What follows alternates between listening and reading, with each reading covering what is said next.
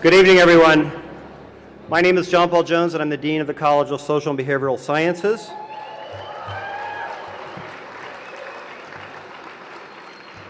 Thank you. On behalf of the college's faculty, staff, and students, I want to welcome all of you here tonight for our first annual SBS annual lecture. And without a doubt, this is going to be a very hard act to follow. Before we get started, I have a few people to thank. The first is Al Bergeson, head of the Department of Sociology, who recommended this series as a way to showcase the best of the social and behavioral sciences to our local community.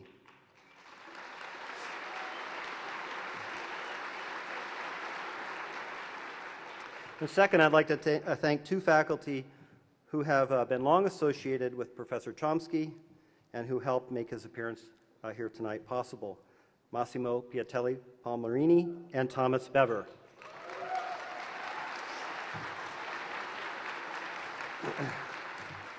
Both teach in our world-class Department of Linguistics.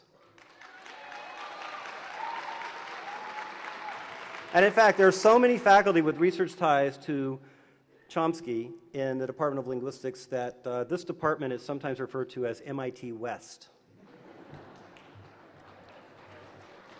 I'd also like to thank the head of the Department of Linguistics, Samin Karimi, as well as the many faculty, staff, and students from the department who have been working so hard on this event. On the screen behind me is a list of some of the donors who have helped sponsor tonight's lecture. I would especially like to thank our co-sponsor, Confluence Center for Creative Inquiry, and its director, Javier Duran.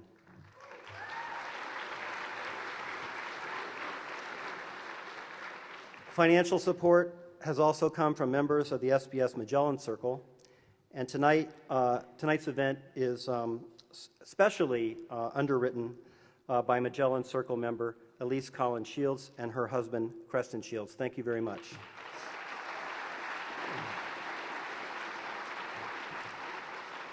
I'd also like to thank the support of the Arizona Daily Star, the College of Education and its dean, Ron Marks, and the College of Humanities and its dean, Mary Wildner Bassett. Thank you. Others contributing to this event include the School of Anthropology, the Cognitive Science Program, the Department of Communication, the Department of Computer Science, the School of Geography and Development, the Department of Gender and Women's Studies, the School of Government and Public Policy, the Department of History, the School of Journalism, the Center for Middle Eastern Studies, the School of Middle Eastern and North African Studies, the Department of Psychology, the Department of Sociology, and the UA bookstores.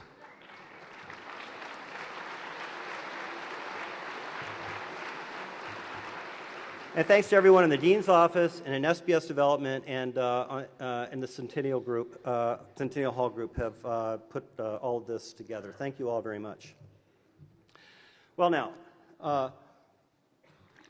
what can I say about tonight's speaker, who, after all, has been as intellectually influential as Noam Chomsky.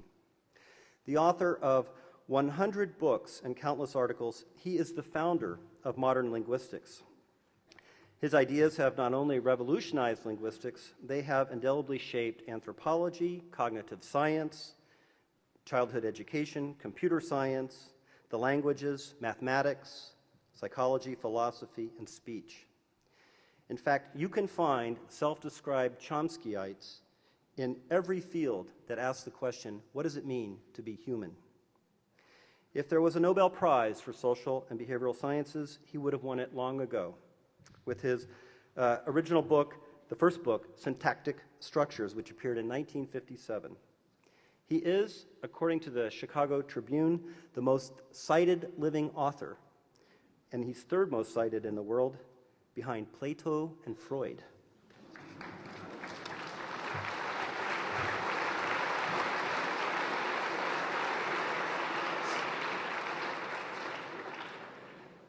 Professor Chomsky gave a research talk yesterday to a small group, 1,200 faculty, students, and community members in the UA Student Union. And I have to say, I was overwhelmed by the response. Tucson, by all rights, you have a claim on the title, The Athens of the West.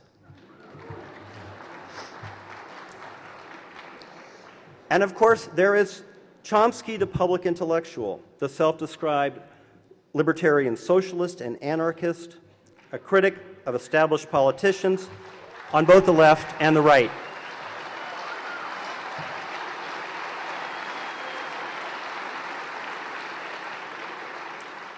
An activist who has influenced millions, Professor Chomsky is well known for his relentless critiques of U.S. foreign policy, from his outspoken stance against the Vietnam War in his first political book, American Power and the New Mandarins, to his forthcoming 2012 volume, a collection of essays titled Making the Future: Occupations, Interventions, Empire, and Resistance. The topic of tonight's lecture, Education for Whom and for What, draws on another line of critique, one based on a lifetime of thinking about education's role in the pursuit of democracy, justice, and freedom. For us at the University of Arizona, these issues are of utmost importance as we grapple with how to maintain quality and access in the face of over $180 million of budget cuts in recent years. Today, only 16% of the total university budget comes from the state, a figure that is half of what it was 10 years ago. Of course, these cuts have occurred not just in Arizona, but in all states. And they go directly to the question of whether higher education should be a public good, a common investment in our children's and our state's futures, or instead solely a private matter left to would-be students and their families. Professor Chomsky's remarks tonight will undoubtedly spark reflection on this and many other questions related to education. And now I'd like to say a few words about tonight's proceedings.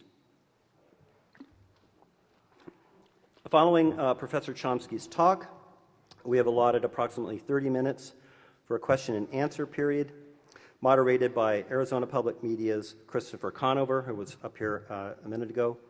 Mr. Conover has over 23 years of experience in broadcast journalism and has been a mainstay at KUAT and KUAZ since 2005, and I'm very grateful to him for his help tonight.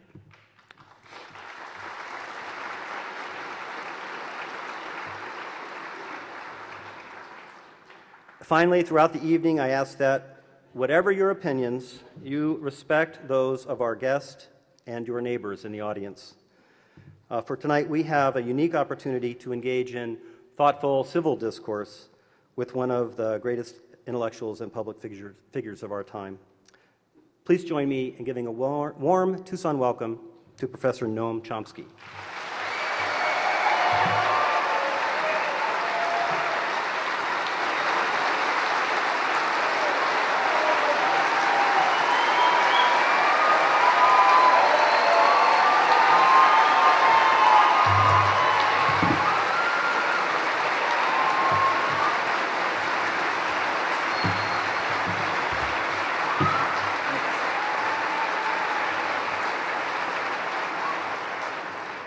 Thank you very much.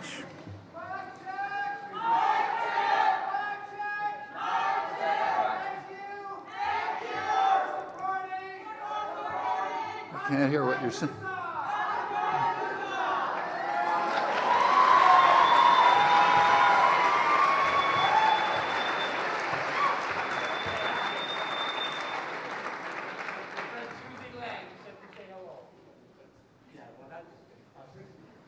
Sorry, I couldn't hear it, but I'm sure it was very important, so I hope everyone else didn't. Well, I'm going to concentrate mostly on higher education, but that can't really be disconnected from what happens from infancy. So I'll say some words about early education, too. In the background, there are contrasting conceptions of whom education is for and what it is for. So let's take a look at whom it is for. There are two fundamental views go far back. One view is that higher education is basically for the elites, for the privileged. The rest of the population should be dumbed down, maybe allowed entry into vocational schools, learn trades. There's a more general conception that lies in the background, and which strikingly holds across the mainstream political spectrum. It's more instructive almost always to focus on the left liberal extreme, so I'll keep to that, the less harsh extreme. So for example, the leading public intellectual of the 20th century, Walter Lippmann, who was a kind of a Wilson, Roosevelt, Kennedy liberal, his view was that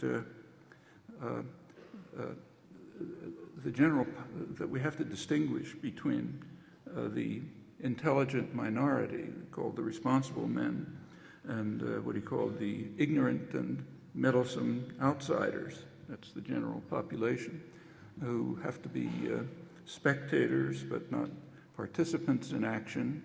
And the responsible men, incidentally, whoever discusses this is always part of the intelligent minority by definition. So the intelligent minority, the responsible men who are in charge of decision making, they have to be protected, in his words, from the roar and the trampling of the bewildered herd. He developed the concept of manufacture of consent.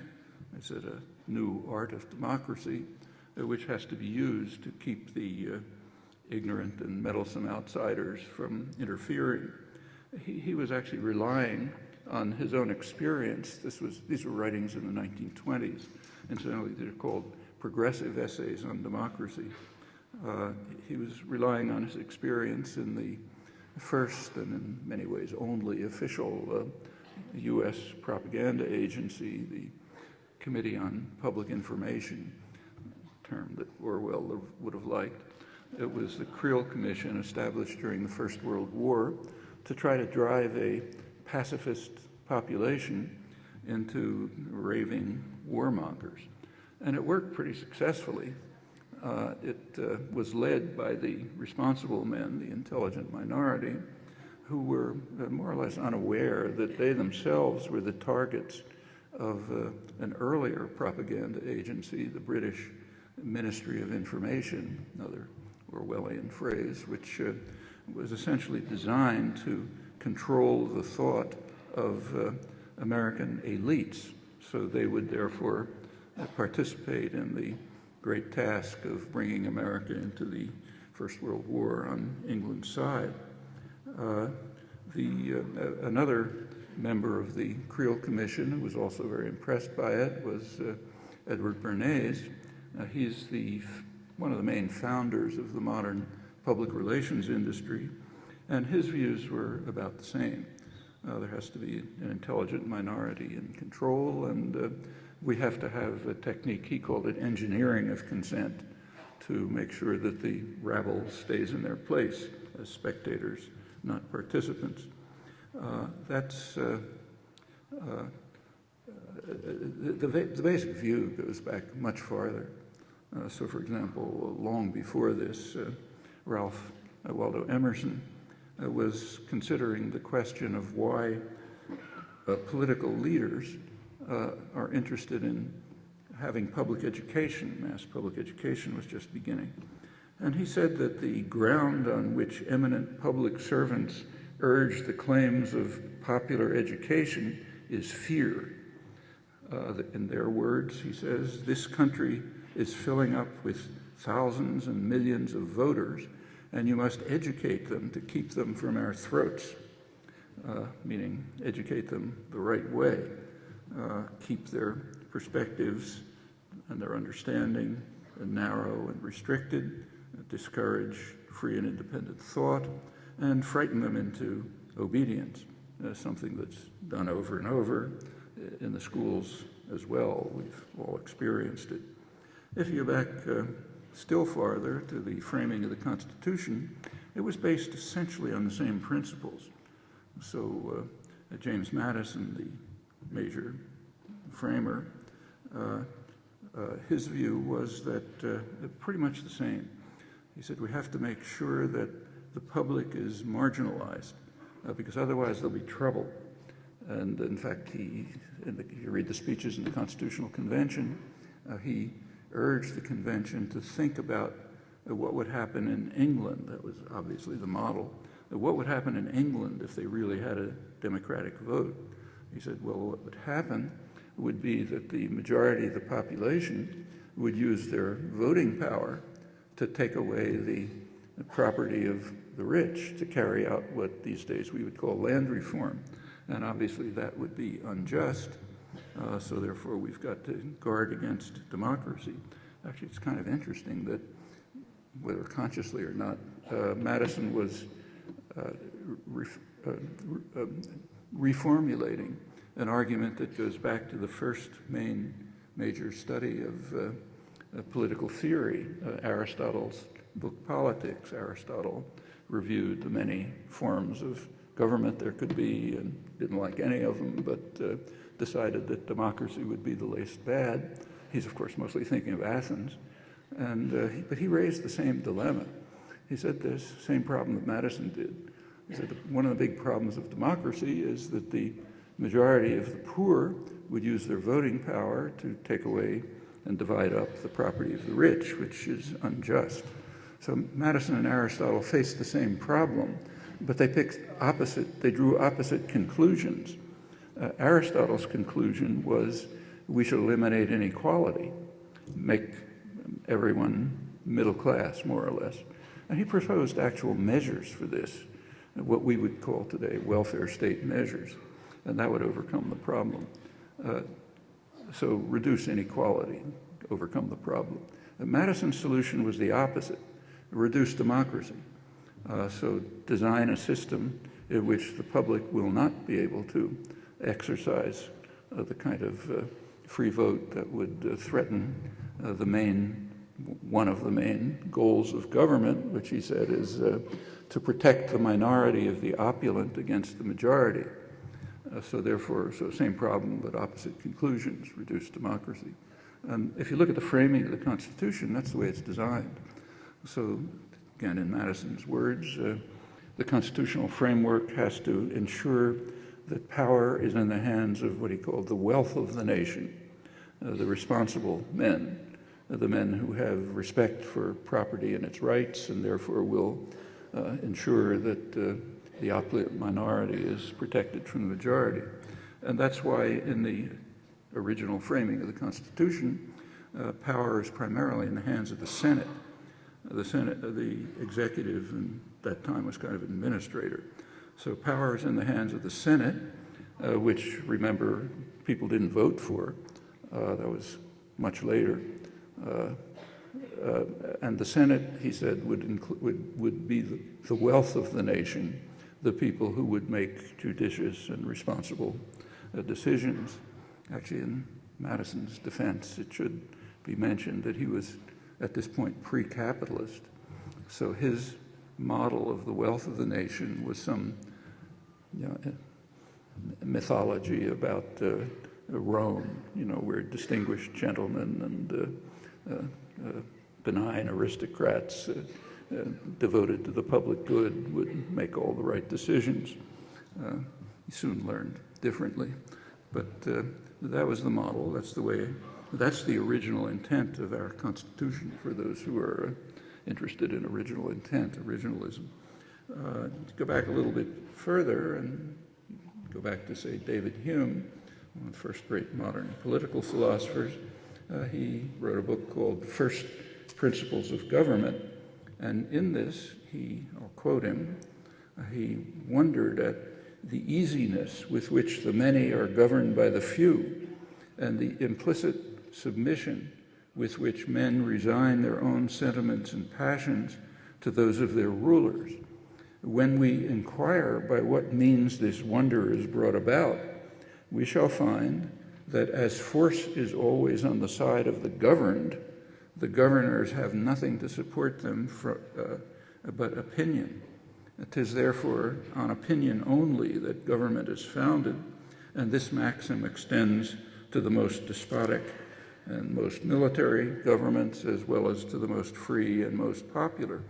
And in fact, in the more free and the more popular, where force is less available, you get the most sophisticated development of the notions of manufacture of consent, engineering of consent, public relations industry, and so on.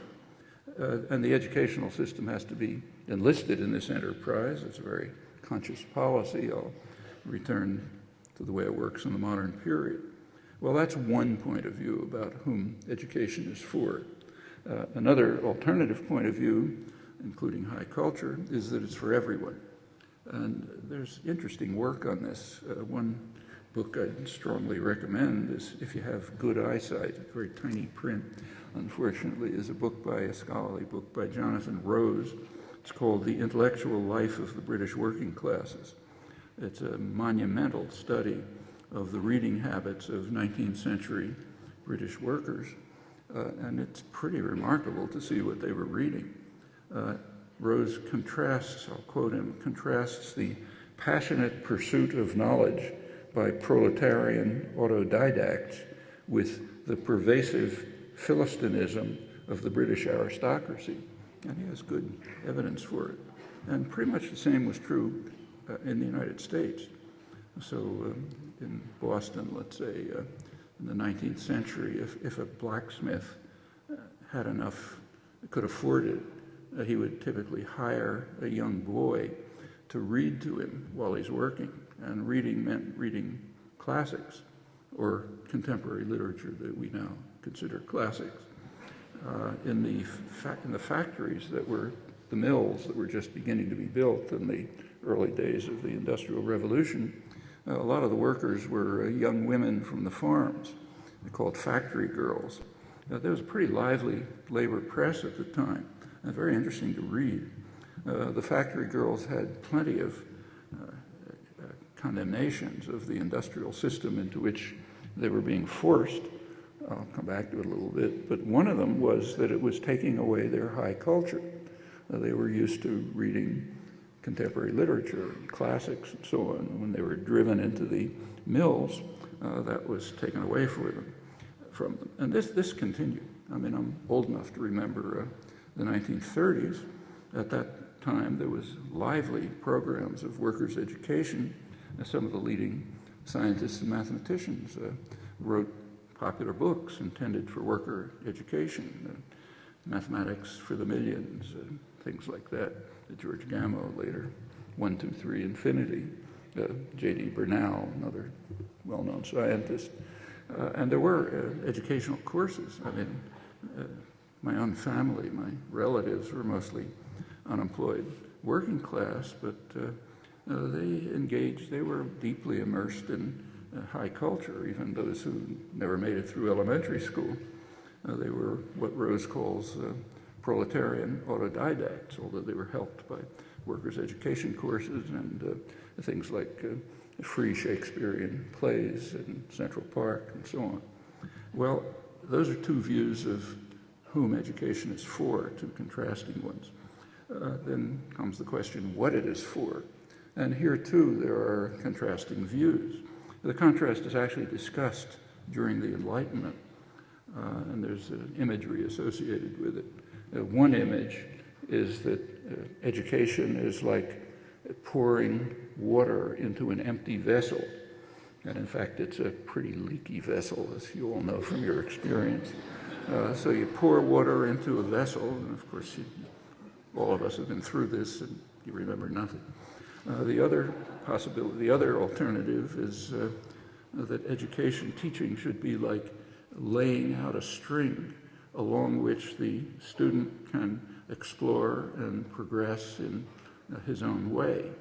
That image comes from Wilhelm von Humboldt, who was the founder of the modern university system, also one of the founders of classical liberalism. You get to John Dewey, America's greatest social philosopher, a century later. He wrote that it is illiberal and immoral to train children to work not freely and intelligently, but for the sake of the work earned, in which case their activity is not free because not freely participated in. And as he also pointed out, it'll be a leaky vessel. Those choices, contrasting choices, are very sharply drawn today. I'm sure, again, that most of you have seen it in your own experience. I certainly have, myself.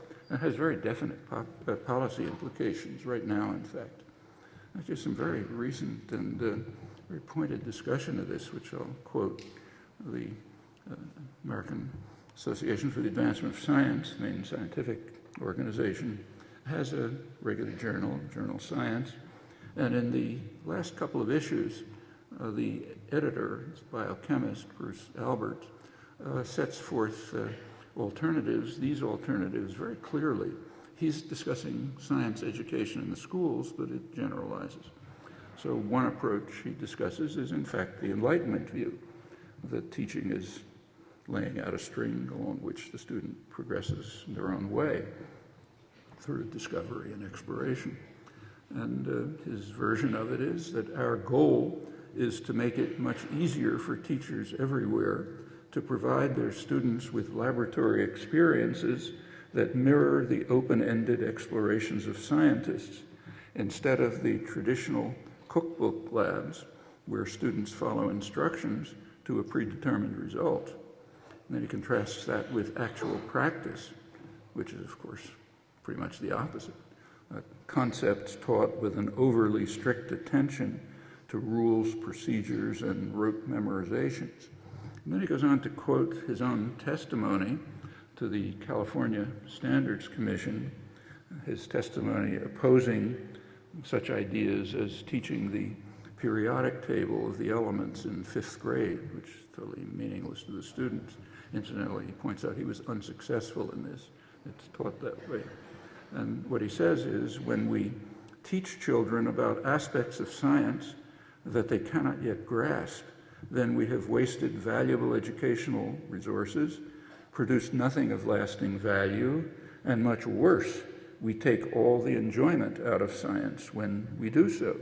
And he discusses DNA, his own field. He says, unfortunately, most students today are taught about DNA at such an early age that they are forced to merely memorize the fact that, gives a quote from a textbook, DNA is the material from which genes are made. It's a chore that brings no enjoyment or understanding whatsoever. And much later, he says, when they do have the background to understand both the structure of the DNA molecule and its explanatory power, I fear that the joy of discovery has been eliminated by the early memorization of boring DNA facts. We've spoiled a beautiful story for them by teaching it at the wrong time. And he goes on to the college level. He says, for example, in an introductory biology class, students are often required to learn the names of the 10 enzymes that oxidize sugars. But an obsession with such details can obscure any real understanding of the central issue, leave students with the impression that science is impossibly dull, causes many of them to drop it. Tragically, we have managed to simultaneously trivialize and complicate science education. As a result, for far too many, science seems a game of recalling boring, incomprehensible facts, so much so that it may make little difference whether the factoids about science that come from the periodic table or a movie script. Let me give some examples. Again, I'm sure you've had your own experience about that. Just to interpolate, I certainly have. I remember when I was a 16-year-old freshman at the University of Pennsylvania, I had to take a general chemistry course with about this many students in the audience. It was insufferably boring. And furthermore, it was completely obvious what was going to happen. So if you read the textbook, you knew exactly what was going to happen. So I never went to class. But they got an A. It was okay. I actually had a friend who took notes. That helped. But the worst part was that they had a lab. And I knew perfectly well that if I went to the lab and carried out the experiments, none of them would work. That's kind of reflex automatic. So I didn't go to the lab. There was a manual where you had to fill in the answers to the results of the experiments, and again, entirely obvious what they were going to be, so I filled it in, you know, got an A and so on.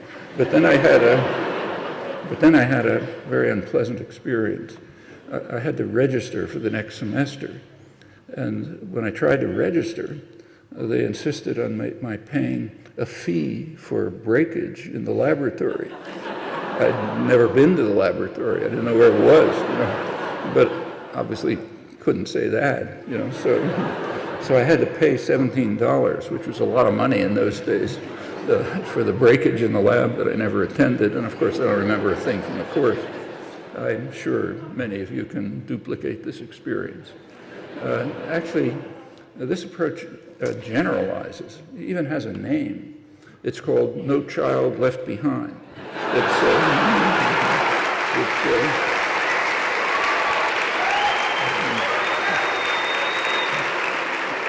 I see you've experienced it. Actually, it's been going on for about 10 years, no reported progress, which is no surprise. Serious education is radically different. It's what Alberts was recommending. And it's the way science is actually taught at the advanced levels. So take my own university, MIT, it's a research university. There's a world-famous physicist, late Victor Weisskopf, who, like a lot of senior faculty, taught freshman courses. And he used to say that when he came to the first session of his freshman course, students would ask, what are we going to cover this semester? And his routine answer was, it doesn't matter what we cover, it matters what you discover. And maybe you'll discover that what I'm teaching is wrong. That would be great. That's the kind of thing we want to do. This goes on right through the graduate level. That's in a serious university, that's all there is. It's the whole curriculum. And that's actually possible all the way down to kindergarten. There are examples. So in fact, Alberts, in this series of articles, it gives a good example. He talks about a kindergarten class which won some award in the sciences. These 5-year-old kids, the task that was given them, each kid in the class was given a dish that contained seeds, pebbles, and shells. And their task was to figure out which ones were the seeds. So kids got together in what they called a scientific conference, and they each had ideas about how you might do it. They exchanged the ideas, and suggested some ways of testing it, and finally carried out the tests. They finally got somewhere, a little teacher guidance, but basically figuring it out for themselves. It ended up at the point where they figured out what were the seeds, and they were dissecting the seeds. They were given magnifying glasses and could look into it and locate the embryo, which is the source of the sustenance. That's learning, real learning. That's Enlightenment-style learning, not No Child Left Behind. It can be done, and sometimes is, like in this case, but far too little. Well, let's take a brief look at the history. Not surprisingly, the U.S. system of higher education has evolved along with broader socioeconomic changes. Actually, it was a very sharp change. At the time of World War II, everything changed. After World War II, it was a very dramatic event in world history. The United States was the richest country in the world, but it wasn't a major actor in the world scene.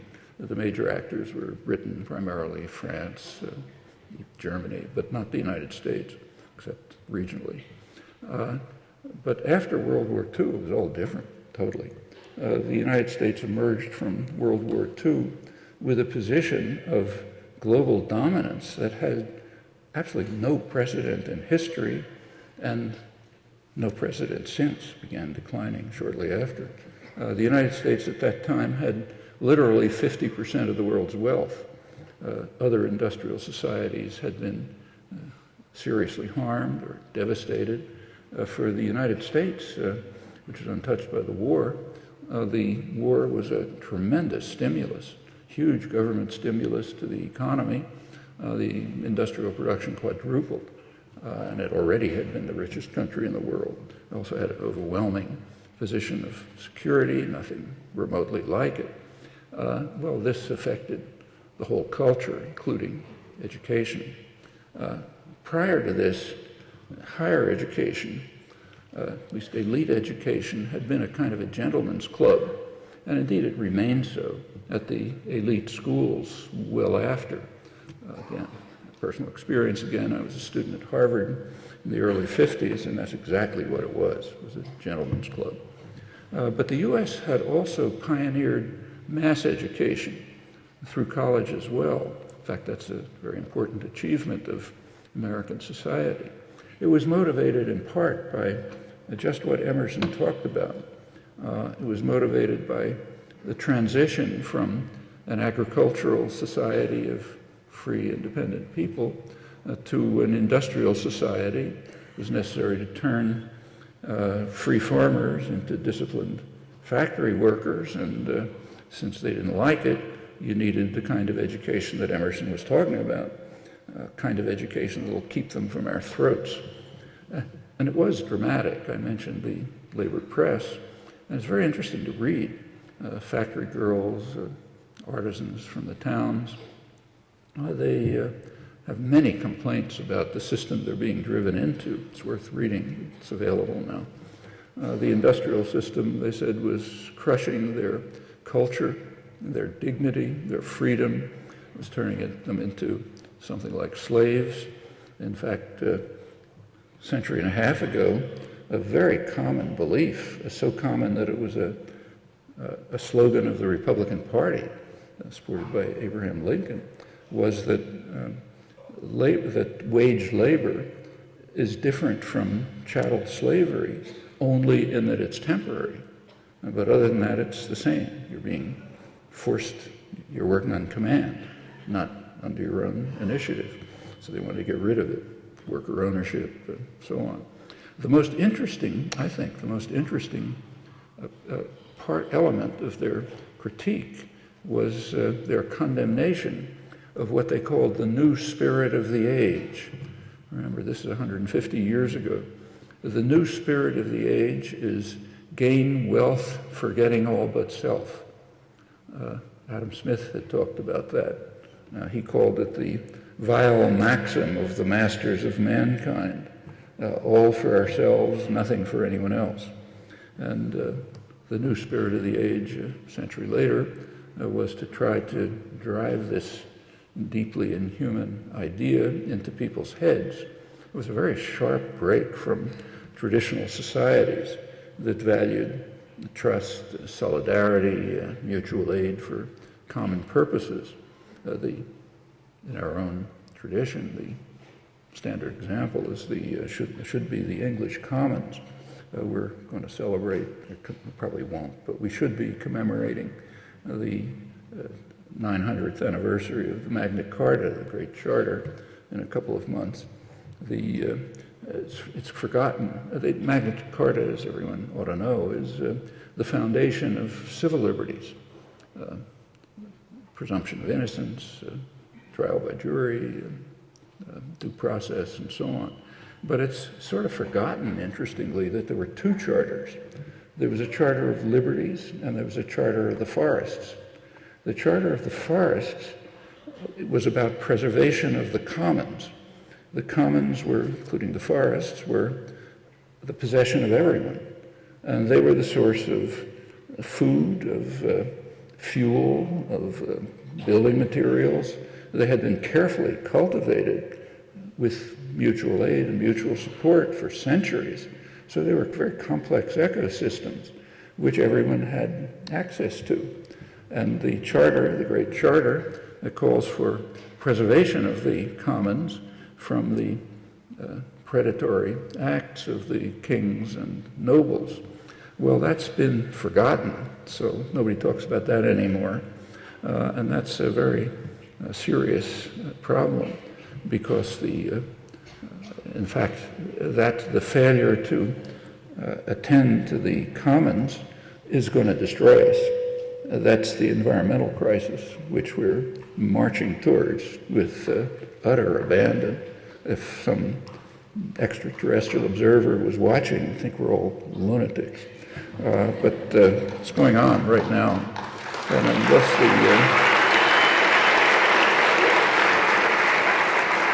unless this conception of preservation of the commons and the values that were part of it, unless that's restored, we're in trouble. Well, shortly after that, with the beginnings of capitalist industrialization, there's a move towards making everything a commodity, and it then becomes necessary to inculcate the new spirit of the age, gain wealth forgetting all but self, and reverence for what Adam Smith condemned as the vile maxim. Actually, there are major industries devoted to it. The public relations industry, advertising, marketing, it's probably a sixth of gross national domestic product, is devoted pretty much to this.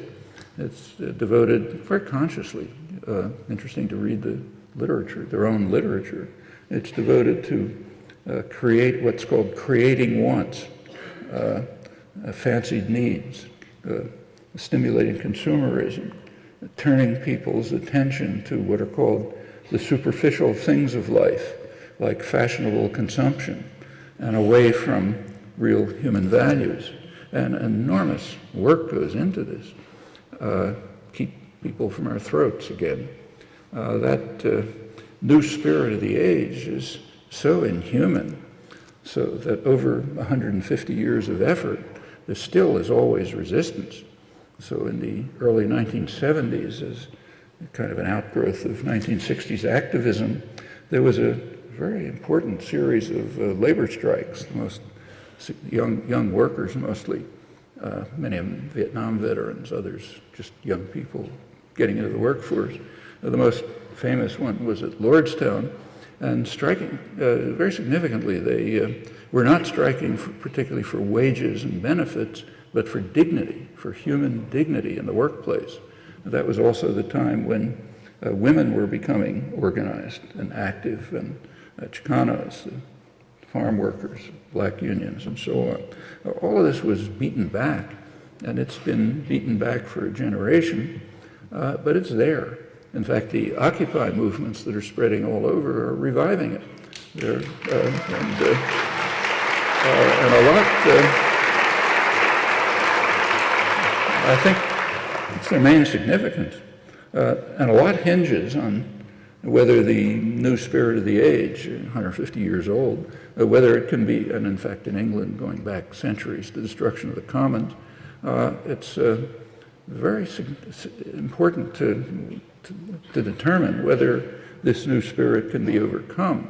If not, we're just lemmings walking off the cliff, and soon. There's a lot to say about that, but I'll put it aside. Well, again, after World War II, going back to that, there was another new spirit, a spirit of triumphalism. Before the Second World War, the United States was a kind of a cultural, intellectual backwater. If you wanted to study science or philosophy or the arts or to be a writer, you went to Europe, Germany, Britain, France, someplace like that. But after World War II, that all changed. And it led to just a different attitude. I mean, I remember it very well. I was just becoming a college student at the time.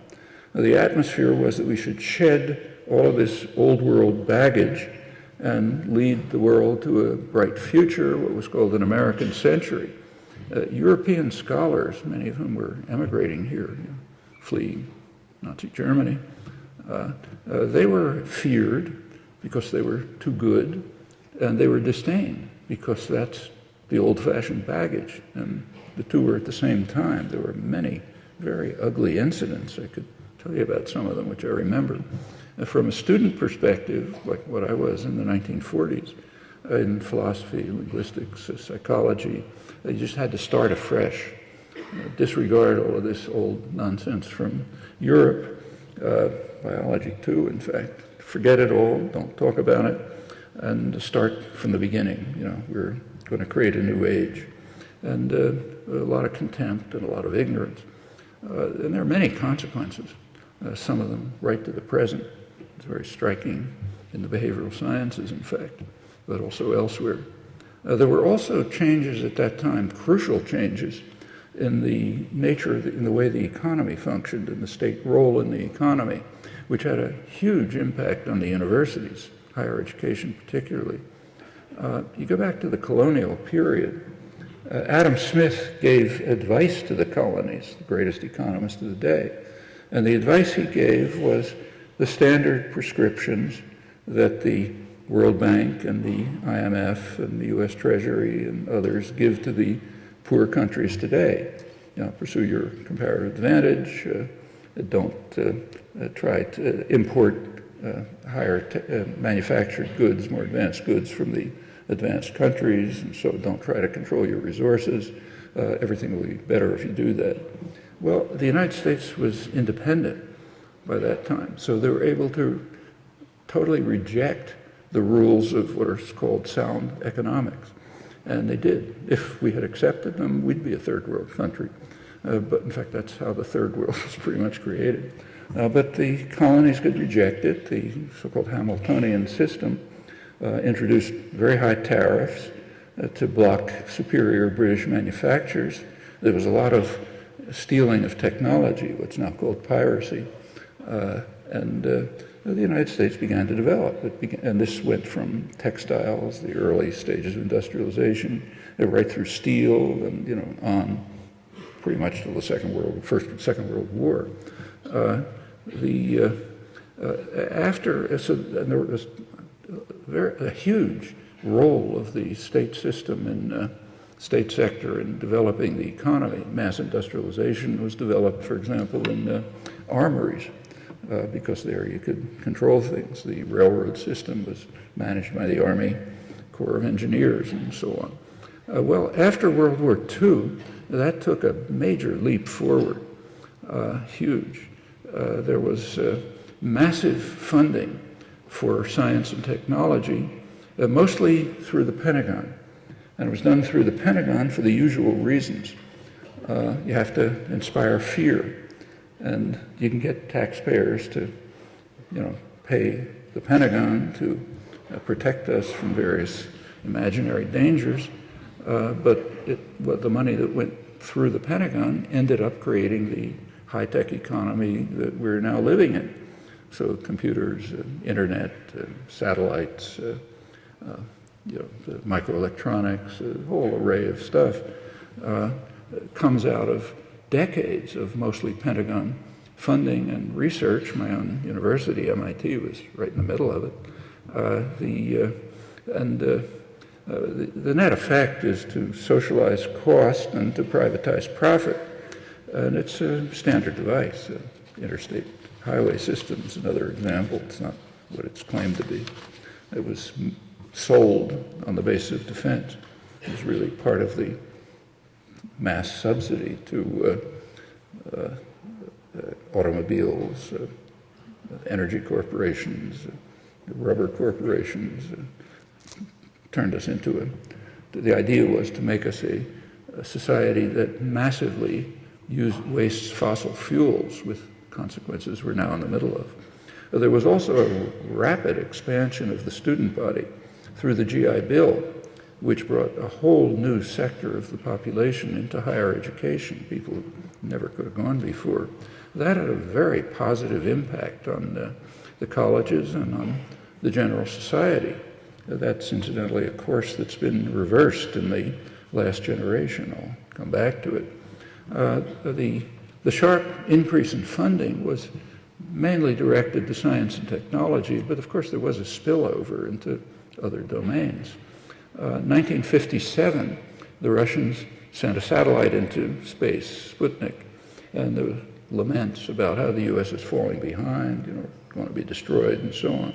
The scientific community knew that this was total nonsense, that the achievement was essentially nothing. We could duplicate it and go way beyond it anytime we wanted to, but it was exploited. And it was exploited pretty cynically, I should say. I remember it very well. And it was exploited to give an enormous additional input into higher education and also K to 12. That's when you get the start of the kinds of things that Alberts is deploring, like new math, for example.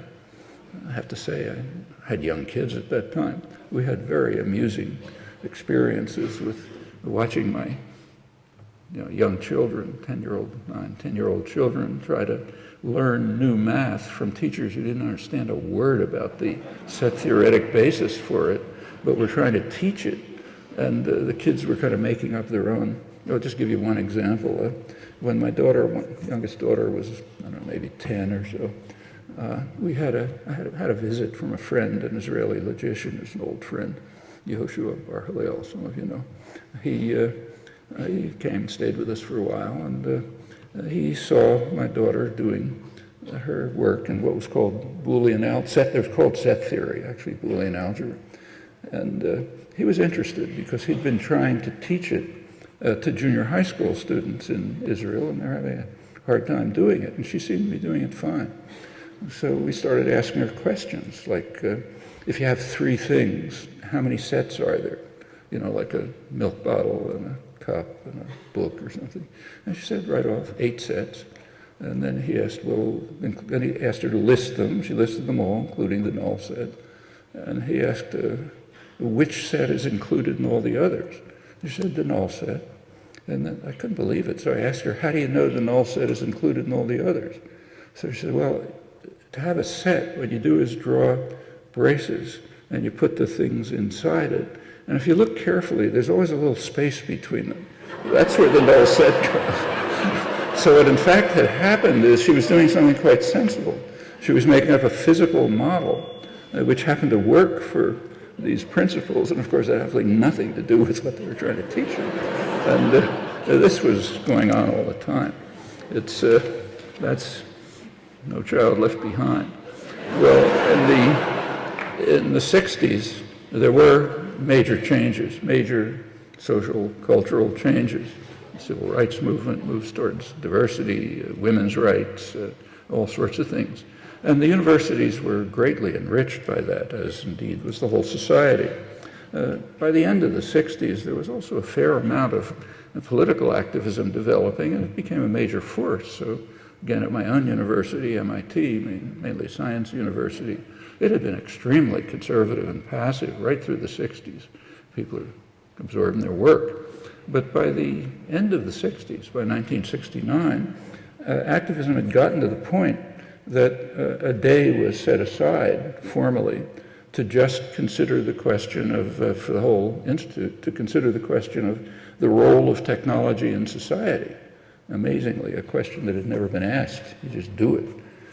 And that led to a lot of consequences, which in fact have changed brought about a permanent change in the Institute, and similar things were happening in other places. This was even abroad too. It's a general movement. And it had a real civilizing effect on the whole society. Well, that civilizing effect of the 1960s aroused deep concerns all across the mainstream spectrum. That's why it's usually called the time of troubles. It was civilizing the country too much, and that's dangerous. And it's kind of interesting I'll talk a little about the reaction. It has effects, very strong effects right to the present. On the right, one striking example was an influential memorandum, which it's worth reading. You can pick it up on the internet. A memorandum by Lewis Powell, who was a corporate lawyer. He was later appointed by Nixon to the Supreme Court. At the other end of the spectrum, there's an important study, also worth reading, by the Trilateral Commission. These are liberal internationalists from the 3 major industrial regions, Europe, United States, and Japan. Their general outlook is indicated by the fact that the Carter administration was drawn almost completely from their ranks. That's who they were.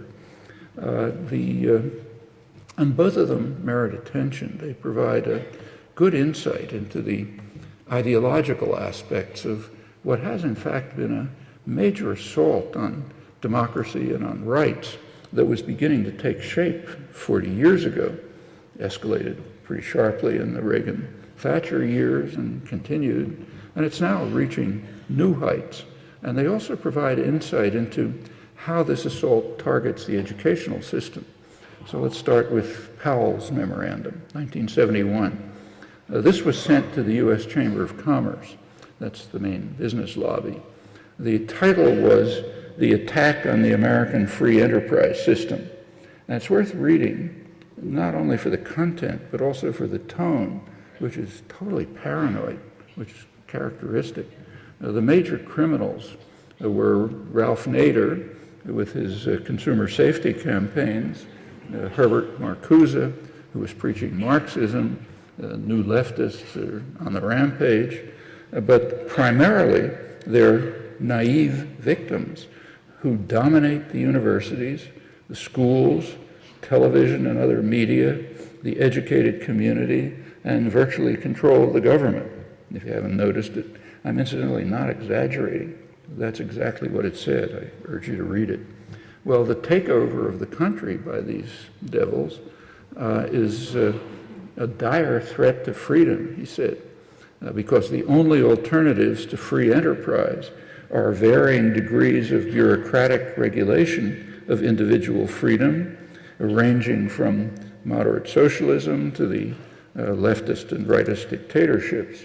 Actually, if any of you are watching the Republican debates, the same thing is being repeated right now, you know, the center-right Obama administration and Marxist radicals and so on. Actually, Powell was very familiar with another alternative to free enterprise, namely the system in which he and his Chamber of Commerce associates thrived. He was an influential lobbyist for the tobacco industry, and he was surely aware of the huge federal subsidies for the production of this leading killer, which not only kills users at a scale that vastly exceeds the targets of the mostly farcical drug wars, but also kills many others. Deaths from passive smoking, so collateral damage, you know, just being around when somebody's smoking, way beyond those from hard drugs. And he was surely aware of the great successes of lobbyists like him in assuring that for many decades the government would help not only subsidize the industry, but help it conceal what they all knew. They knew about the lethal product that they were peddling, and there are huge mounds of corpses to show for their achievement. They're still piling up rapidly. But that didn't keep him from wailing in his memo that, I'll quote, "As every business executive knows, few elements of American society today have as little influence in government as the American businessman, corporation, even the millions of corporate stockholders," in case you hadn't noticed. And that, again, is pretty characteristic.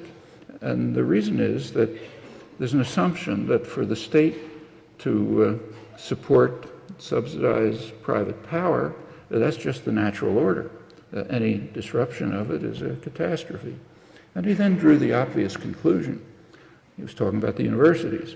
He said the campuses from which much of this emanates are supported by tax funds generated largely from American business and contributions from capital funds controlled or generated by American business. The boards of trustees of our universities overwhelmingly are composed of men and women who are leaders in the business system. Most of the media, including the national TV systems, are owned and theoretically controlled by corporations which depend on profits and the enterprise system to survive.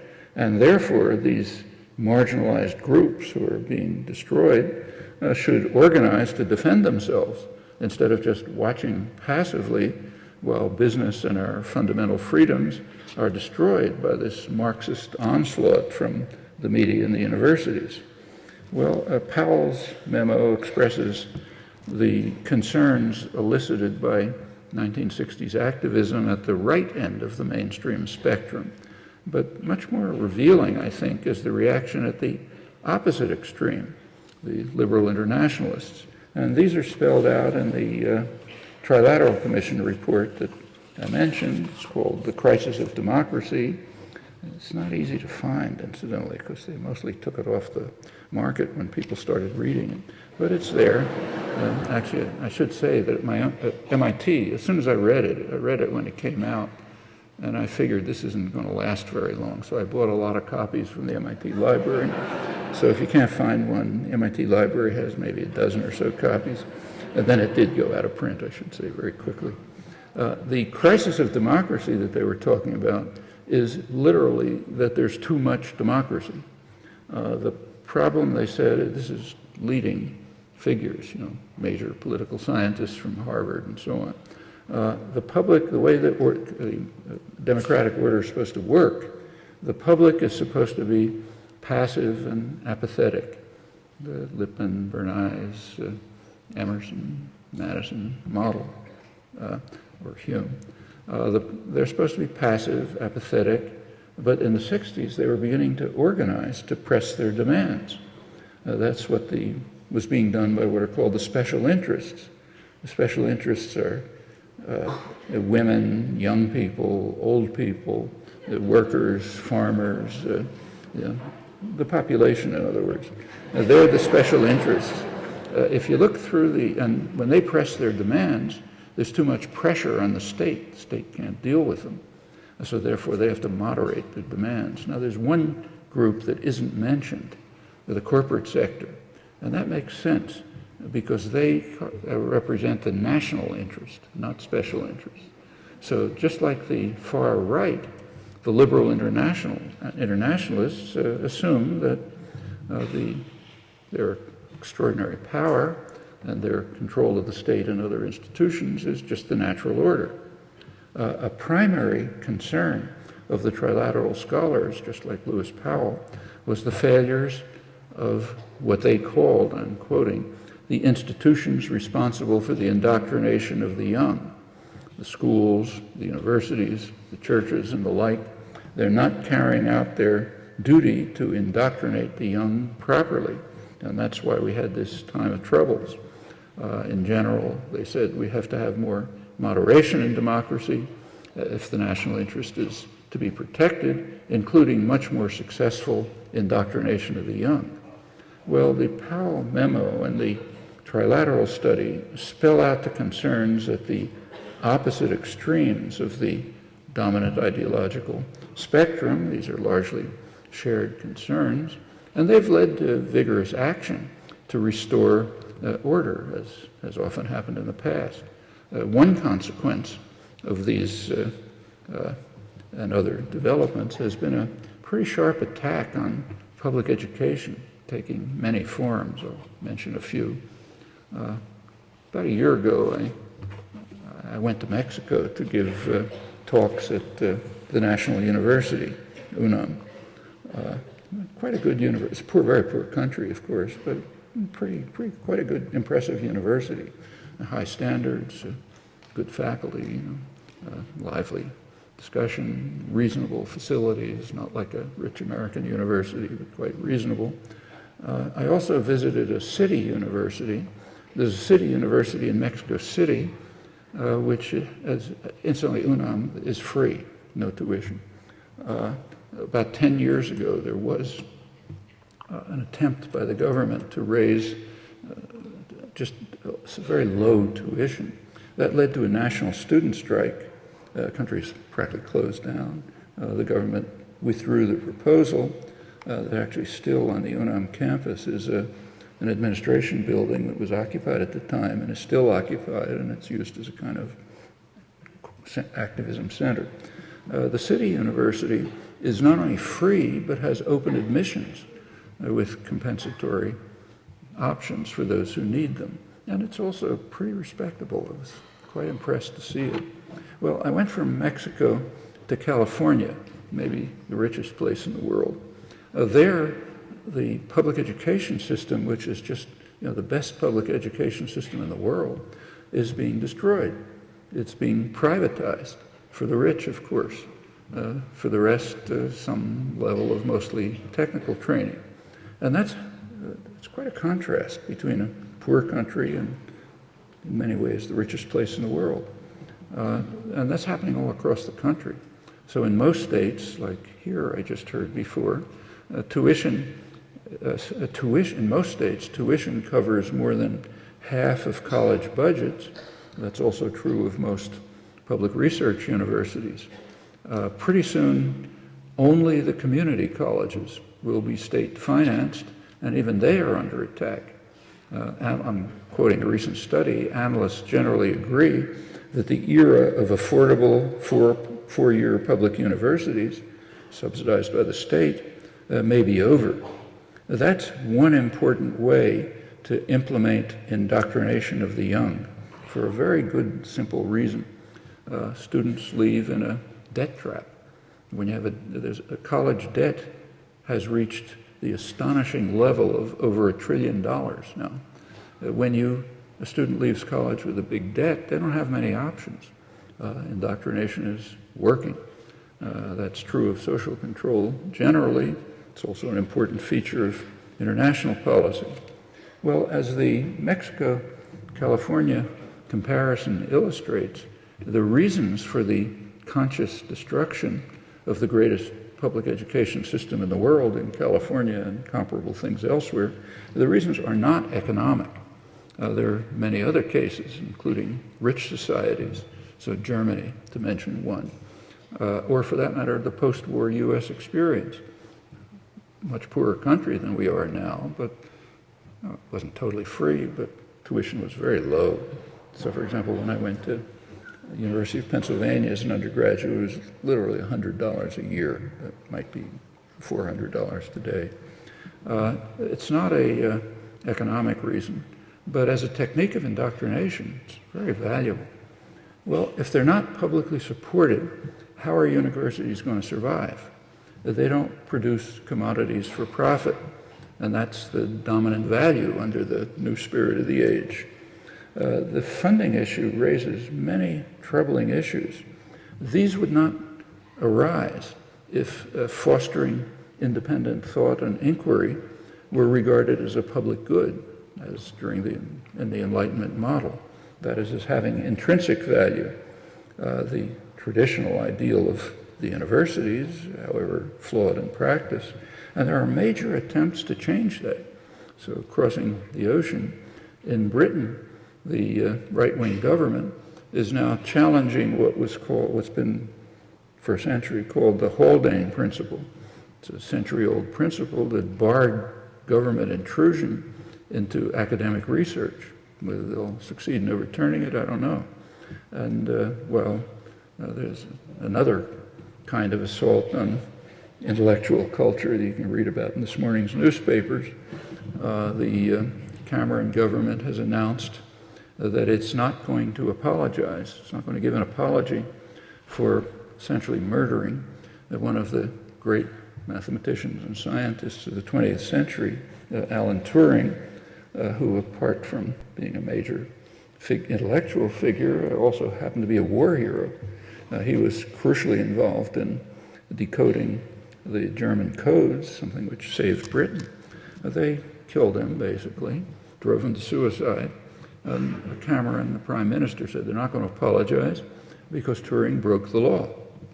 He was guilty of the crime of homosexuality, which is a violation of law. This should be a major scandal. I mean, I don't know how to describe it, but we'll see if it is. It isn't so far. Well, in the United States, for, say, research institutions like my own, MIT, the way the problem is being dealt with is by a shift to more corporate funding. And that has several effects. First of all, there's more emphasis on short-term applied work. So funding from, say, the Pentagon or the NIH, they're concerned with the long-term future of the advanced economy. That, incidentally, means also the profitability of the corporate sector long afterwards. So you develop computers and the internet for a couple of decades, and it ends up being profitable for the private corporations that feed off it. That's the socializing costs, privatizing profit principle. Well, that's government funding, Pentagon funding, for example. very free, best funder there is. I was funded by them for a long time. In contrast, a business firm typically wants something it can use, not its competitors, and it wants to be able to use it tomorrow. I don't know of a careful study, but it appears that the shift towards corporate funding, in fact, does lead to more short-term applied research and less exploration of what might turn out to be interesting and valuable for the longer-term future. And another consequence of the shift from, say, Pentagon funding to corporate funding is more secrecy. During the Pentagon-funded era at MIT, I happened to be in a faculty student committee which examined it carefully, decades of Pentagon funding, there was no secrecy on campus. One exception was the political science department, but in the sciences there was no secrecy, literally true. They were involved in the Vietnam War, so not in the physics department, engineering departments, nowhere else. That's not true today. Corporate funders they of course cannot force secrecy, but they have an indirect way of doing it. They can threaten non-renewal of contracts. That's led to some scandals, some of them severe enough to have landed on the front page of the Wall Street Journal involving MIT. Corporatization can also have a considerable influence in other ways. Corporations, by their nature, focus on profit making. That's what they're for. And they seek to convert as much of life as possible into commodities. There's a lot to say about this topic, no time. But one particular consequence is the focus on what's called efficiency. Now, efficiency is not a simple economic concept. It has quite crucial ideological dimensions. So, for example, if a business reduces personnel, it becomes more efficient by standard measures with lower costs. But quite typically, that shifts a burden to the public. It's a very familiar phenomenon. And the costs to the public are not counted. That's not a choice based on economic theory, but ideology. And that applies directly to the business models for the university. Increasing class size, using cheap temporary labor instead of full-time faculty, graduate students, for example, and other measures like that may look good on university budgets, but significant costs are transferred to the students and to the society generally as the quality of instruction is affected. There's furthermore no way to measure the human and the social costs of converting the schools and universities into facilities that produce commodities for the job market, abandoning the traditional ideal of the universities, encouraging creative and independent thought and inquiry, challenging received beliefs, exploring new horizons free of external constraints. It's an ideal that's undoubtedly been flawed in practice, but nevertheless it is a kind of a measure of the level of civilization achieved. Well, there are related consequences for the K-12. There's a major assault on the public schools underway, and the main reason is the new spirit of the age. Public schools are based on a very dangerous principle. They're based on the principle that we care about one another. So that's in violation of the new spirit of the age. So me, for example, I don't happen to have kids in the schools anymore, obviously, so why should I pay taxes? I mean, I'm not getting anything out of it. So therefore, let's get rid of public schools and just do things for ourselves. The attack on Social Security has pretty much the same roots. It's based on the principle that you're supposed to care about the disabled widow across town. You're supposed to care if she doesn't have food to eat, say. There are various, so why should I care? I'm doing fine. There are various pretexts offered, but they collapse very quickly on examination. The real source of these attacks on just humane public values and public goods, I think, is the passionate effort to instill this hateful and destructive principle, this new spirit of the age, from going on for 150 years, and long before that, the attack on the Commons. And that instilling it has enormous profits to concentrated private power, very harmful to human effects. There's a related campaign to destroy those parts of the educational system that enrich the lives of students and enable them to follow the string that's laid out for them in the Enlightenment vision of education. That interferes with indoctrination, with control, with imposing passivity and obedience, with subordination to the principle of caring only about oneself.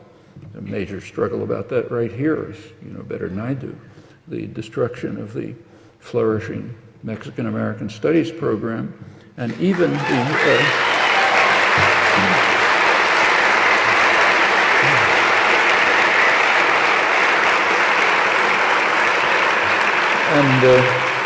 even the removal from classrooms of books that are used in that program. This is becoming a national scandal, incidentally. Classics like Paulo Freire, The History of Chicanos, and the Mexican Civil Rights Movement. Books like Rethinking Columbus, even Shakespeare's Tempest.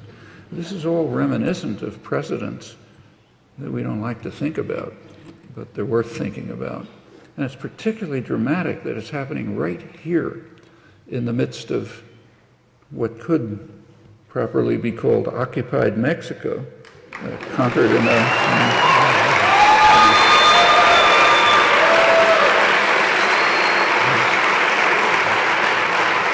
you all know, I don't have to go into it, it was conquered in a brutal war of aggression. Well, I don't know any simple answers to the dilemmas that constantly arise in trying to develop and sustain an educational system of independence and integrity, one that strives for the Enlightenment ideal, and to do this within societies that are dominated by concentrations of power with very different values and goals. But at least one thing seems clear enough. Efforts to do this cannot progress very far in isolation from much broader struggles to protect what has already been achieved, and a lot has been achieved, from severe ongoing attacks, and to carry them forward towards a world of greater freedom and justice. Thanks.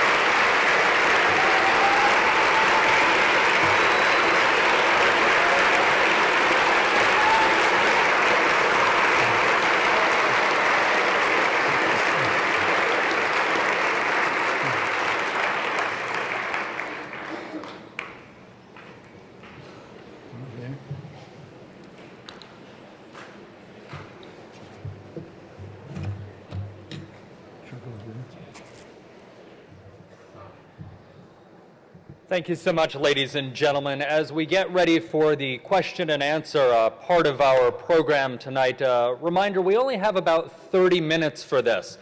And I can imagine a lot of you, if you had paper as I do, would have a lot of notes and a lot of questions and a lot of comments for Professor Chomsky. So as we get into this question and answer, let me lay out some ground rules, some housekeeping, if you will. We have 2 microphones in the aisle. We'll alternate back and forth. As Dr. Jones mentioned at the beginning, make sure you respect others' opinions. We want a thoughtful and civil discourse, as he talked about. There may be a few differences of opinion in here. Also, the ground rules for this. We're not going to do follow-up questions from our people in the audience because we want to get as many questions as we can. So please try and keep your questions as succinct as possible. and we'll get through as many questions as we can in about the next 30 minutes or so.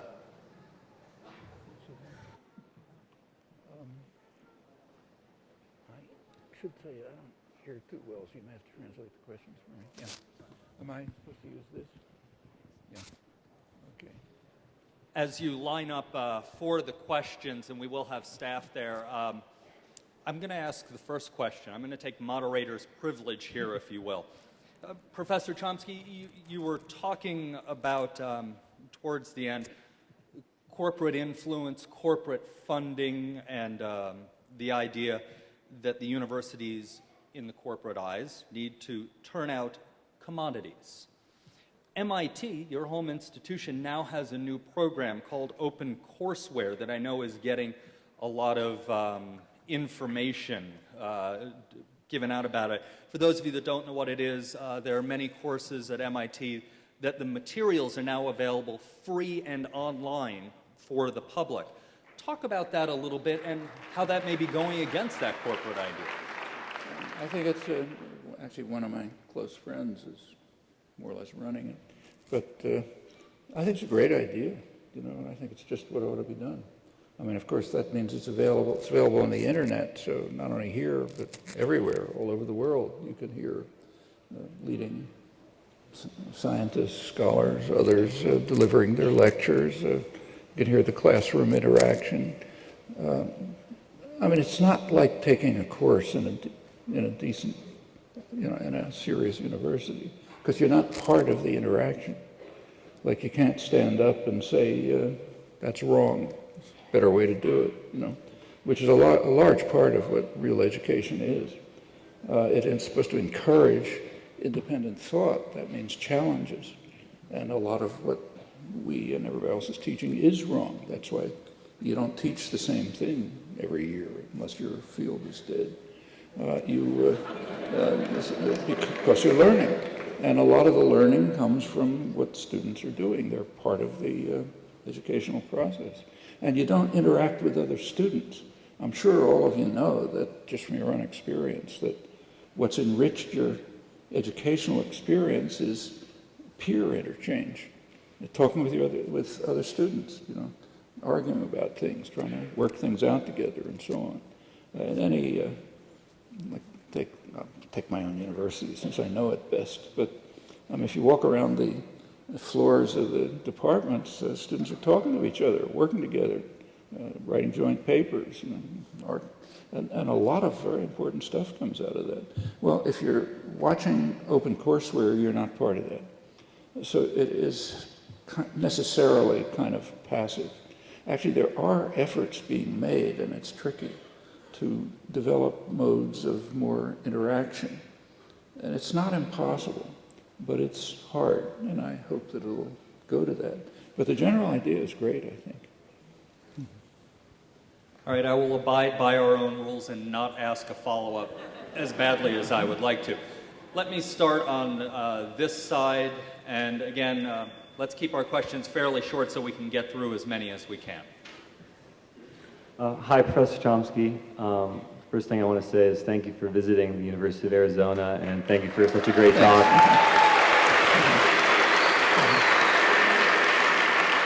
I wanted to ask about the two documents you mentioned, the Powell Memorandum and the Trilateral Commission.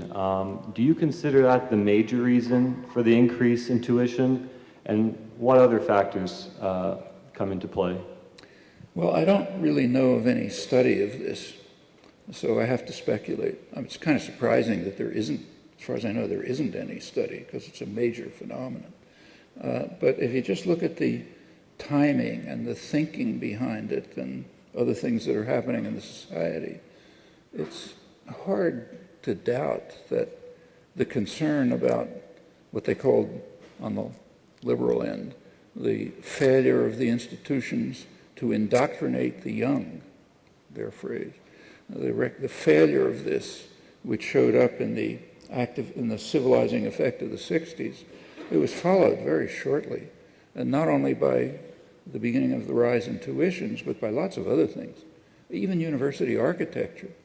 So university architecture began to change If you look at universities that were built and designed, this is worldwide, incidentally, Japan, the United States, everywhere, that are designed in the 70s and the 80s, they usually don't have public places.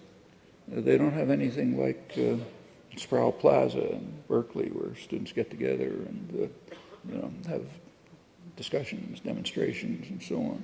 There are paths from here to there, but not places for students to get together.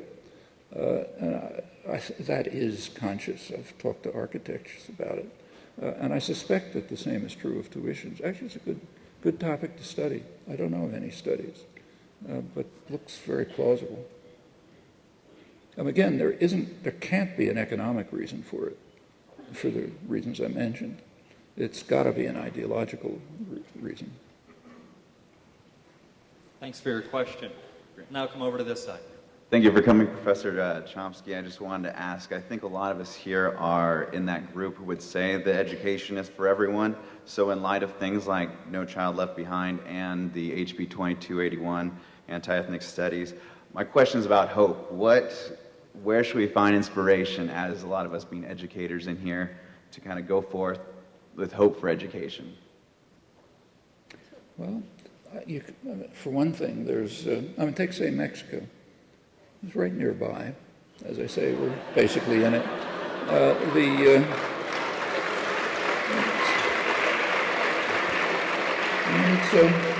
It's a poor country, and it's not a rich country like us for reasons that have something to do with us, as you know. But anyway, it's a fact. And what they do in the higher education system is quite impressive. Actually, I should add that this city college and city university, Open City University in Mexico City, is not old. It was instituted by Obrador when he was the mayor, left-wing mayor in Mexico City. He started it, and it's been apparently flourishing since. As I say, I visited and was pretty impressed. Things like that, that's an inspiration. Or you can look at the student movements over this hemisphere. I mean, from Chile up to here, in fact, there are very lively, vibrant student movements. In Chile, it's amazing. It has just revitalized the country. There's been student protests. Remember, this is protests against the lingering effects of the dictatorship that we imposed on what in Latin America is called the first 9/11. It's kind of striking that people here don't know what that means, most of them. But the first 9/11, 1973, by any dimension that I can think of, was much worse than what we call 9/11.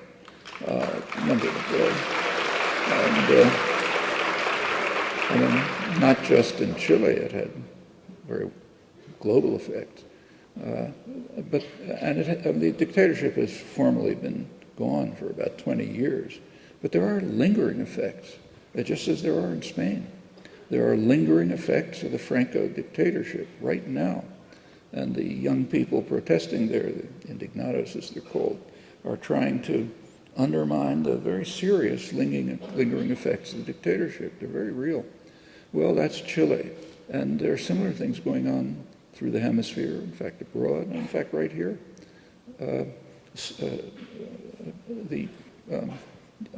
The protests about the destruction of the Mexican Studies program, for example. It's important. And teachers are organizing. They're under a lot of pressure, tremendous pressures against public school teachers. You speak up, you're thrown out, and so on. But that doesn't mean that people are taking it passively. There are efforts to respond. There are journals where people are writing about it. And they're the struggles of the past. After all, we've achieved a lot. This country isn't what it was 30 years ago or 100 years ago. There's a lot more freedom, justice, rights, and so on. Again, take my own university, but it generalizes over the country. If you walk down the halls in MIT, when I got there, 1950s, you would have seen white males, well-dressed, very passive, very conformist, doing their work, often very well, but that's it. That was the Institute. If you walk down the halls today, it looks like this. Half women, third minorities, informal dress, which symbolizes informal relations, you know, and a lot of concerns and activism of all sorts of things.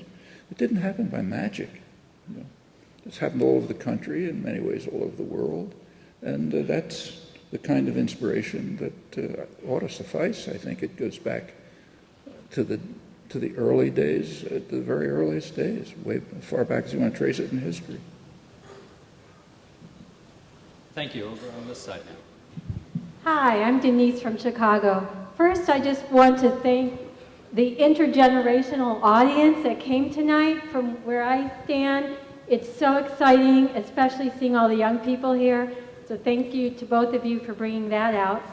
Two, I'd like to invite you, Professor Chomsky, and anyone here to Chicago, May 19th, a concert for troubadour Woody Guthrie, who emulates many of the themes that you talked about tonight. And you can find info on the Illinois Labor History webpage, who holds the deed for the Haymarket Martyrs. My question, what do you think of the Super PAC and the decision by the Obama administration to get into it with the, you talked about lobbying, and now they've made the decision to enter that fight?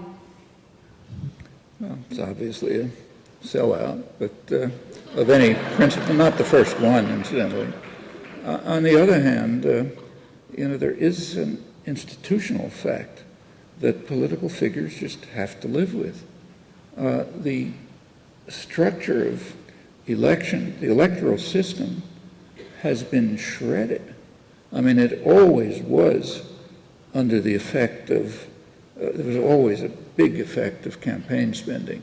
And if you want to learn about it, the best work that's done is by a political economist named Thomas Ferguson, a personal friend, but he has a book called Golden Rule, which goes back a century, studying in detail the effect of campaign spending, not only on who's elected, but on what their programs are. It goes right through the New Deal, right up to the present. He's since extended it since, and I think it's pretty convincing. It's what he calls the investment theory of politics. It treats elections as occasions in which groups of investors coalesce to invest to control the state. The campaign funding is one standard mechanism. And, it doesn't explain everything, doesn't pretend that it does, but it explains quite a lot. Now, that's changed radically in the last 30 years. The last 30 years, part of this whole basically neoliberal assault on democracy and justice, and that's what it is. It's worldwide, but here too. A part of it has just been the sharply rising cost of elections. And now, especially since Citizens United and the super PACs, it's gone through the roof. But it's been going up steadily, and it has a very definite effect. It forces political figures into the pockets of those who have the money, the private corporate sector. It's increasingly financial institutions. Incidentally, that's not only true of the president running for office or Congress running for office. It's even permeated the Congress. I mean, it used to be the case that if positions of some authority or prestige in Congress, say chair of an important committee, that used to be the result of seniority and service. By now, literally, you have to buy it. You have to pay money into the party coffers in order to qualify for a chair of a committee. Well, you can guess what the effects of that are, obviously. And this has been enormously changed by Citizens United and the super PACs, but it's a process that's always been there. Actually, you go back a century, there was a great famous campaign financier, the most famous of the era, Mark Hanna. He was once asked, what are the important things in politics? And his answer was, He said, well, I can think of 3 things that are important. The first one is money. The second one is money. And I've forgotten what the third one is. That was over a century ago, and it's gotten a lot more extreme. So yeah, this is a sellout on Obama's part, but if he wants to run in a multi-billion-dollar election, you don't have a lot of choices. It's the system that's rotten at the core, not the choices of individuals.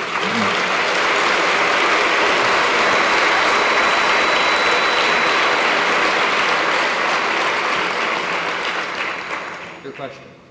Thank you, Professor Chomsky. I'm a student from South Korea, and then thank you a lot for you writing for village of Gangjong in Jeju Island. It suffers a lot from the military base construction. But I just want to know your opinion about the tax expenditures on the military expenditure instead of education.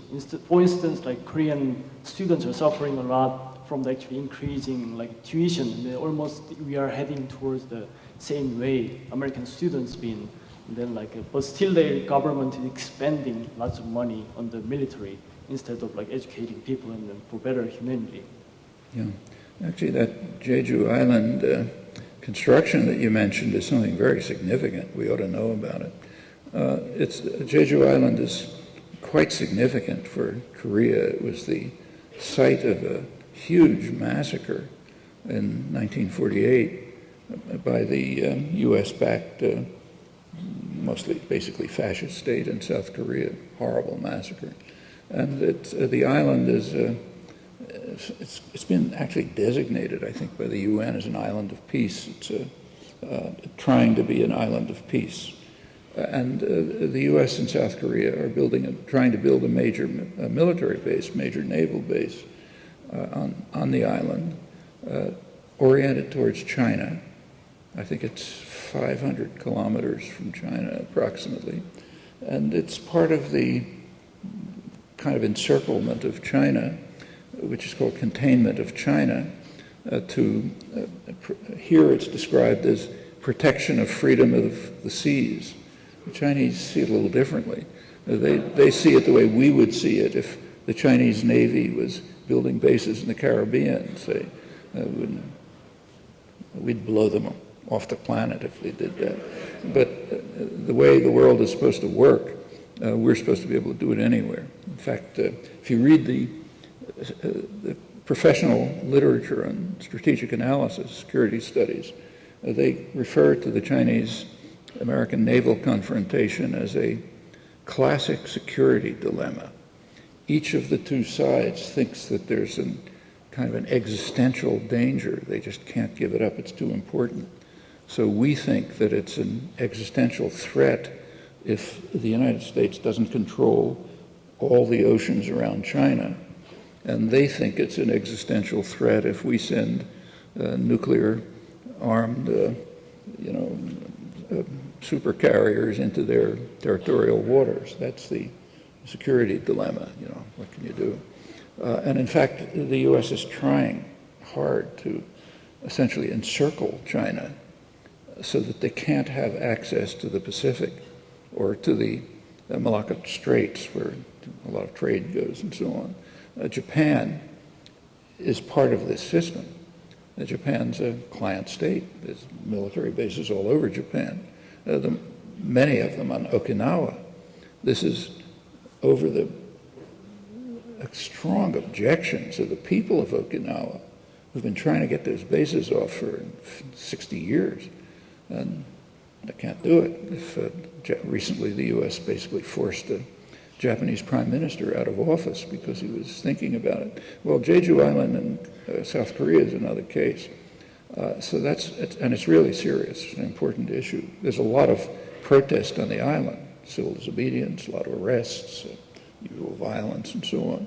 But your general point is quite right. I mean, the vast military expenditures are part of the, I don't think they're the main reason.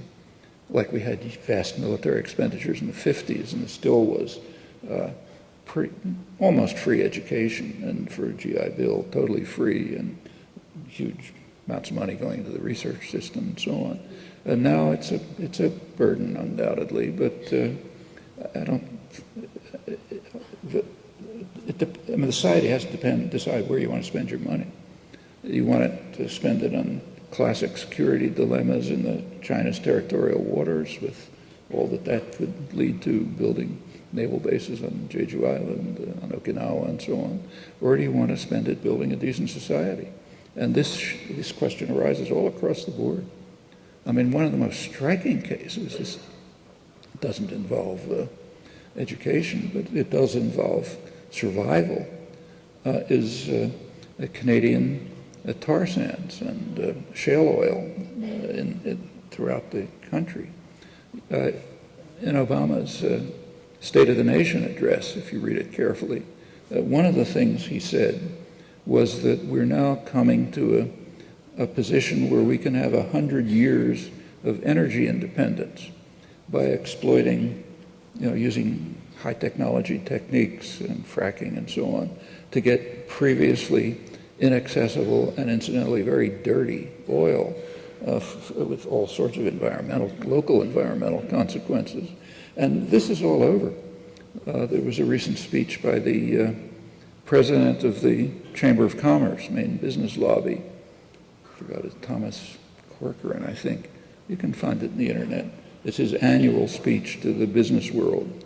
And the first point that he mentions, the most important point, is that we can now move to, he says, several centuries of energy independence by just tapping our own oil. You go to the most responsible and serious newspaper in the world that I know of, the London Financial Times. They devote a whole full page to a euphoric description of the possibility of the United States having a century of energy independence and a century of global hegemony by tapping these resources. There's only one small footnote. If we use those resources, we're finished. There's no future for your children and your grandchildren. That's not discussed. You got to gain wealth forgetting all but self, and that means my profits tomorrow, not what happens 30 years from now to my grandchildren. And that's deeply.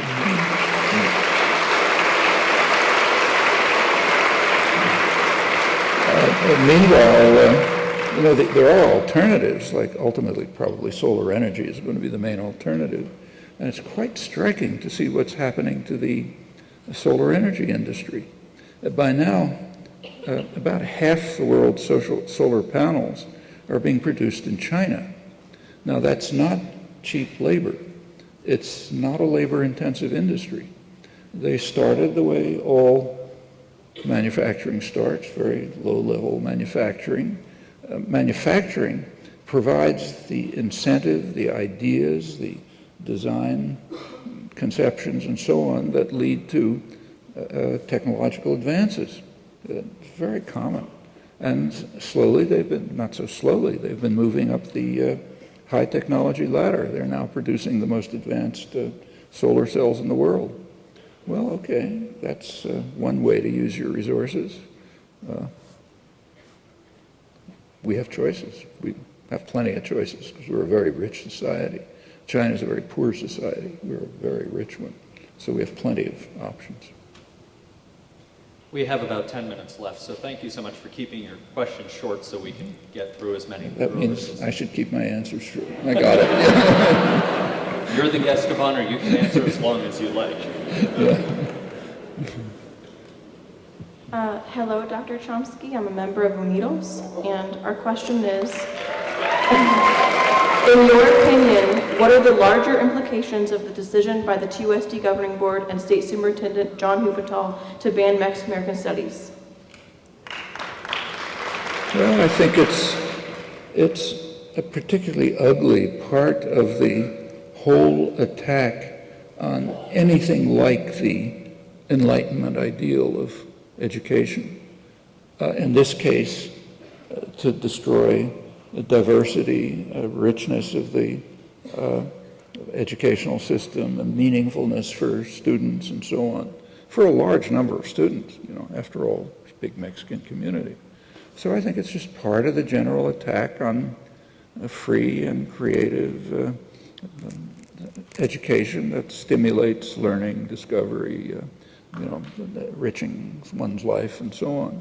And it's, and trying to impose indoctrination and conformity.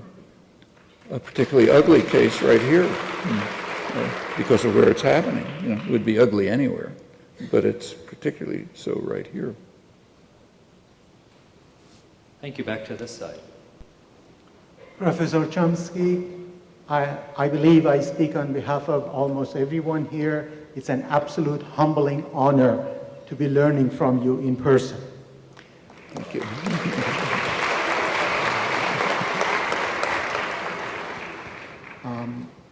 I'm an Iranian-American peace and human rights and environmental activist, and I'm a participant in the Iran's Green Movement, a supporter of the Arab Spring movements against dictatorship, and obviously I'm a passionate participant in the Occupy movement in this country, which I believe has already awakened incredible energy, and therefore I am hopeful but also fearful of what it may do wrong in order to possibly waste this last chance movement. So please share with us your wisdom about what is it that you think at this point in history the Occupy movement needs to be wary of or be careful about. Well, like you, I think the Occupy movement has been quite a remarkable success, way beyond what I thought. And the tactic has been very effective for a lot of reasons. One effect that it's had is just changing kind of national discourse. In fact, even the terminology and imagery of the Occupy movement is now sort of mainstream. It's focused attention on serious problems, inequality, like somebody asked before, the purchase of elections, shredding of democracy, the extraordinary power of financial institutions, which probably contribute very little, if anything, to the economy. In fact, the leading, the most respected financial commentator in the world, I think, Martin Wolf of the Financial Times in London, is a very conservative, highly respected correspondent. He describes the financial institutions that have developed in the last 30 years as kind of like a larva that destroys the host in which it's embedded. I couldn't get away with saying that, but he can, and I can get away with quoting him. And the Occupy movement has directed attention to foreclosures, homelessness, a lot of problems that are there, but were kind of buried. Another major contribution it's made, in my opinion, is just overcoming the atomization of the society. People in the United States are a very atomized society. People are kind of alone. The ideal social unit from the point of view of concentrated power is a dyad, you and the screen, but nothing else. That's a way to make sure that everybody's conforming. And there's a lot of that. Children, it's a real disease, a pathology. And the Occupy movement's overcoming it. It's creating spontaneously communities of people who actually are reviving traditional ideals. I mean, if there were any real conservatives in the country, they'd be applauding the fact that they're reviving the concepts of solidarity, mutual support, sympathy, free discussion, and so on, that are just the most traditional values we have. There's been major efforts to destroy them. And that's being revived in the communities of mutual support and solidarity that are being created. Well, all of this is really important, I think. But now, where do you go from here? Well, first of all, I don't regard myself as any kind of an expert on tactics. I've been wrong so many times on tactical judgments that I usually shut up. And these are important judgments. Tactical judgments are those that have direct human consequences, so they're not marginal. But my general feeling is that tactics have a kind of a half-life. You know, they have diminishing returns. They may be very successful, but it sort of declines. After a while, the tactic there's kind of a dynamism in which the tactic begins to relate to overcome the purpose, apart from beginning to alienate other people who you're trying to reach. So while I think that the Occupy tactic has been a great success, I think it has to be rethought, and moves have to be made somehow to reach out into larger communities. That's been going on in a number of interesting ways.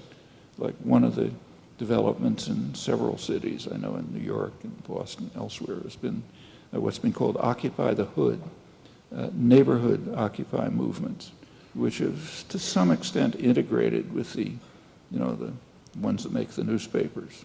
Occupy Wall Street, so Occupy Your Neighborhood in Brooklyn, Occupy other things. And those deal with the immediate problems of the local people. And they can be very serious. I mean, it can be something that sounds as simple as getting a traffic light where kids have to cross the street. I mean, if people can achieve that, they learn you can achieve something by mutual aid, and you can go on. That's what successful organizing is about.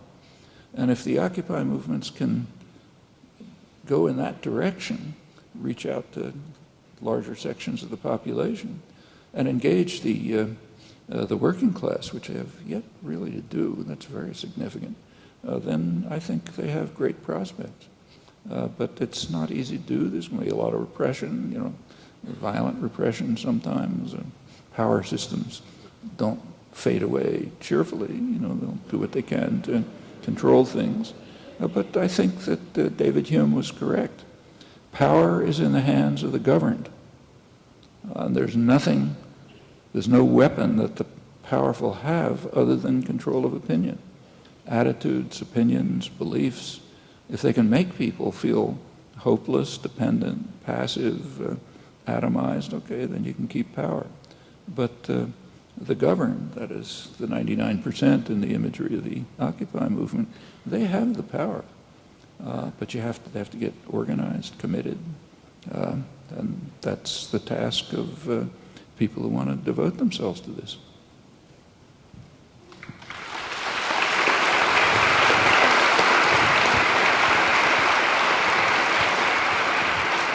We have time for one final question. It will come from this side.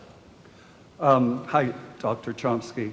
I met you first with Daniel Berrigan. It's a long time ago. But anyway, getting back to your specific expertise in linguistics, it's been troublesome to me that the media will use words like socialism, class warfare, but we never hear fascism. And from my studies of ideology, state-supported capitalism, pretty much what you've been talking about, is fascism. I know words have power, and you know that too. Are we too shy to talk about what basically almost brought the end of mankind in the last century? Or is it just the media controls and you have to go to Link TV or Democracy Now, or I don't know. But they are not supported. They have to be supported by people donating to them. Isn't anyone aware? Well, the history of that word is kind of interesting. Fascism obviously took on bad connotations in the 1940s. But if you go back, and incidentally the same is true of other words, like take propaganda. The term propaganda now is not used for information in English. It still is in other languages. If you go back to the 1920s, information was just called propaganda. Like Edward Bernays, who I mentioned, the founder of the public relations industry. The book of his, from which I was quoting on engineering of consent and controlling the masses and so on, is called Propaganda. Propaganda is just what you do when you try to control beliefs and attitudes. Well, since the 1930s and the 40s, you can't use that term anymore for it. It's obvious connotations. Fascism is a very interesting one, and we can learn a lot about ourselves from looking at its history. Before the Second World War, before the United States got into the Second World War, 1941, fascism was not regarded particularly critically. In fact, there's a very important book I'd urge you to read if you haven't, called Business as a System of Power, by one of the great political economists, Robert Brady, Veblenite economist. It's about the spread of fascism through the industrial world. He points out that in every country, all of the industrial countries, there are developments of basically fascist character, and he discusses them, and it's perfectly understandable. He was quite right, in fact. There's nothing inherent in fascism that says you have to have gas chambers. That's a special thing that developed. And in fact, say, Mussolini's fascism was very highly regarded in the United States. Remember, that's pre-Nazi. FDR, President Roosevelt, he described Mussolini as that admirable Italian gentleman. I mean, as late as 1939, he was praising Mussolini, saying, well, he's been kind of misled by Hitler, but basically doing the right thing. When fascism was instituted in Italy, and it was pretty ugly, it was praised across the board in the United States. Business investment shot up. It also did after Hitler came in. There was Fortune magazine, the main business journal, had an issue in, I think, 1932. The title, you look at the front page cover, big letters, it says, "The WAPs are unwhopping themselves," meaning the WAPs are finally doing something right. You know, they got a fascist government which works, and we like that. People on the left were praising it. Same with Nazism. I mean, as late as 1938, Roosevelt's main advisor, Sumner Welles, went to the Munich conference. That's the conference which tore up Czechoslovakia. And he came back full of praise for the Nazi moderates who were going to help us usher in a new era of peace. They're the moderates, kind of protecting civilized values from the extremists of the right and left and so on. I mean, George Kennan, who's very much honored and respected now, there's a major biography that just came out full of praise. If you take a look at his actual record, he was the American consul in Berlin right through 1941. He was withdrawn, Pearl Harbor, and he was sending back diplomatic correspondence to Washington saying, you shouldn't be so hard on the Nazis. They're doing some things wrong, but basically we can do business with them. They're the right kind of people. Well, a couple of years later, you couldn't talk about fascism that way. Fascism meant crematoria, gas chambers, and so on. So you stop using the word. But your point is correct. As a social and political order, Robert Brady knew what he was talking about. There are elements of this kind of state capitalist order all over the industrial world, taking different forms. Well, thank you all for all of your questions and for your attention.